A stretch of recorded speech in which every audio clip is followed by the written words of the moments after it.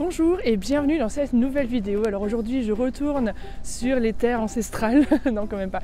En fait derrière moi vous avez l'école dans laquelle j'ai travaillé pendant 3 ans. Alors ils sont en train de faire des travaux à côté, je sais pas exactement ce qui se passe, mais voilà cette école où j'ai été maîtresse.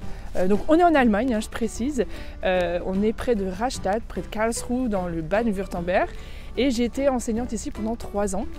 Fonctionnaire allemande, Grundschullehrerin, donc professeur des écoles. J'avais ma classe, j'arrive à la montrer là-haut. Là, voilà, là c'était ma classe. Bon, j'ai eu différentes classes aussi, j'ai été aussi dans une autre classe de l'autre côté du bâtiment.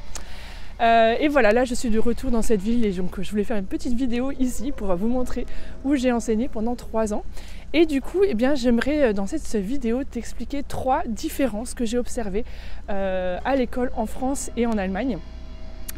3 différences que j'aimerais t'expliquer maintenant dans cette vidéo. Si tu aimes mes vidéos, si tu aimes ce que je produis sur cette chaîne YouTube et ce que je partage aussi sur Insta et sur Facebook, eh bien pense à t'abonner en cliquant sur le bouton et il y a un cadeau à télécharger dans la description, il y a un lien pour avoir ton guide pour apprendre l'allemand en 5 minutes par jour, tout plein de super conseils pour débuter ou redébuter dans ton apprentissage. Donc 3 différences que j'ai observées de l'école en France et en Allemagne.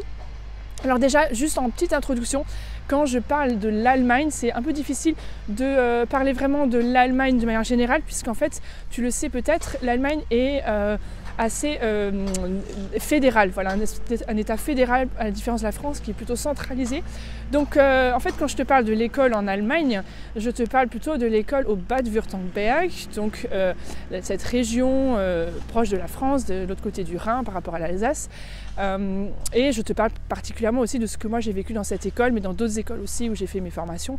Donc voilà, c'est pas l'Allemagne en général, c'est plutôt le Bade-Württemberg, puisque en Allemagne en fait il y a des ministères de l'éducation pour chaque région en fait, et donc du coup les programmes sont différents, les cursus scolaires peuvent être un peu différents, genre il peut y avoir 5 ou 6 ans à l'école primaire ou 4 ans, ça dépend, plutôt 4 ou 5 ans pardon, et voilà du coup ça change, mais moi quand je te parle de l'Allemagne en fait c'est surtout le Bade-Württemberg, voilà pour cette petite précision.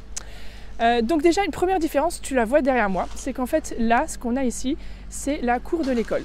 Il y a d'ailleurs une voiture qui est là, on ne sait pas trop pourquoi, c'est peut-être un technicien parce qu'ils font des travaux à côté. Et ça, en fait, c'est la cour de l'école. Les élèves sortent là, voilà, ici, ils sortent par là. Et c'est la cour, d'accord? Là, il y a les salles de classe. Et ils vont sortir, quand ça va être la récréation, ils vont sortir par là. Et ils vont aller jouer là, dans tout cet espace. Cet espace ici avec le dinosaure aussi, où j'ai une photo de classe avec mes élèves, j'essaierai de te la retrouver. Et en fait, je te montre ce qu'on a derrière moi, ben, c'est les champs. Voilà.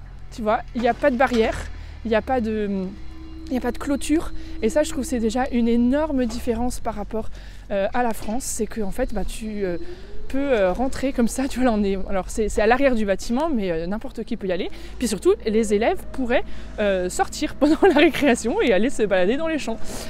Et en fait, en Allemagne, enfin ici en tout cas, ce qui se fait, c'est que le premier jour d'école avec les CP, les Erste Klasse, moi je faisais ça quand j'étais maîtresse principale, et ben on faisait le tour de la cour, on leur expliquait, ici je reviens sur la cour, voilà, on leur expliquait les limites, on leur expliquait ce qu'ils avaient pas le droit de dépasser, et ensuite on mettait dans le carnet d'école, ben voilà, on leur expliquait ces limites là. Et s'il y a un enfant qui dépassait ses limites, ben, on n'était plus responsable puisqu'il n'avait pas, on l'avait prévenu et il avait dépassé les limites. Ça revenait du coup à la responsabilité des parents. Bon, je résume ça un peu rapidement, mais voilà, je trouve que c'est quand même une énorme différence par rapport à la France. Et en fait, pendant 3 ans où j'ai bossé là, on n'a eu pas de problème de gamins qui se partaient, quoi.